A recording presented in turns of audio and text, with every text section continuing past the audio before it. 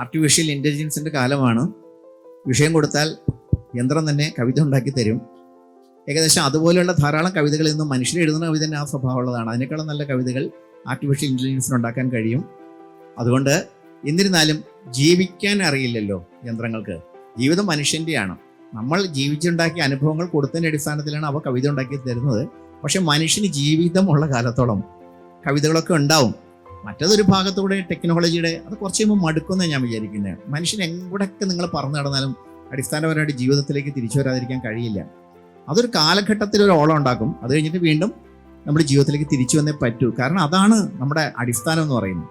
അതുകൊണ്ട് സാഹിത്യമൊന്നും അങ്ങനെ പെട്ടെന്ന് പോകുമെന്ന് ഞാൻ വിചാരിക്കുന്നില്ല. നമ്മൾ പറഞ്ഞല്ലോ, മൊബൈൽ ഫോൺ വരുമ്പോൾ, കമ്പ്യൂട്ടർ വരുമ്പോൾ, ഇത് വരുമ്പോൾ ഒക്കെ സാഹിത്യം പോകുന്നു. 25-30 പതിപ്പുകളാണ് മലയാളത്തിൽ ഒരു നോവൽ ഉണ്ടാവുന്നത്. കുറച്ച് നോവലുകൾക്ക് ഉണ്ടാവുന്നുണ്ടാവുള്ളൂ. അപ്പോൾ ആളുകൾക്ക് താല്പര്യം പോയിട്ടില്ല എന്നാണല്ലോ മനസ്സിലാവും. എല്ലാവരും വായിക്കണമെന്നൊന്നും ഉണ്ടാവില്ല, ഷോക്കേസിൽ വെക്കാനായിരിക്കും വാങ്ങുന്നത്. പക്ഷെ വാങ്ങുന്നുണ്ടല്ലോ പുസ്തകം. അത് ഒരു നല്ല ലക്ഷണമാണ്.